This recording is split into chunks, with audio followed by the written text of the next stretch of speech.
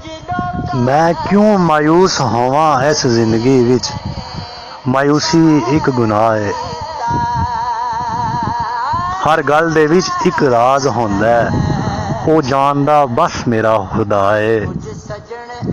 सारी जिंदगी ज़ुबैर शुक्र अदा करा मैं नहीं कर सकदा उसदा, उस पानी विच भी रखी शफा है। वो उस कुन कहना फाया कौन हो जाना है, देह बहुत वड्डा साडा शहनशाह है। लिया